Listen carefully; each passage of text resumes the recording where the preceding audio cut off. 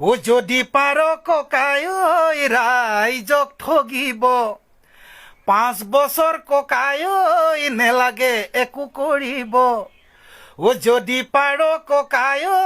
ৰাইজক ঠগিব 5 বছৰ ককাই ঐ নেলাগে একো কৰিব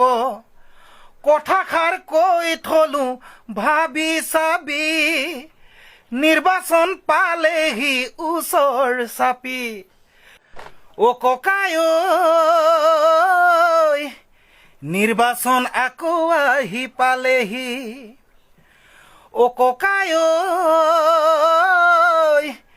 কঁকালত বহুতেই বান্ধিলে টঙালি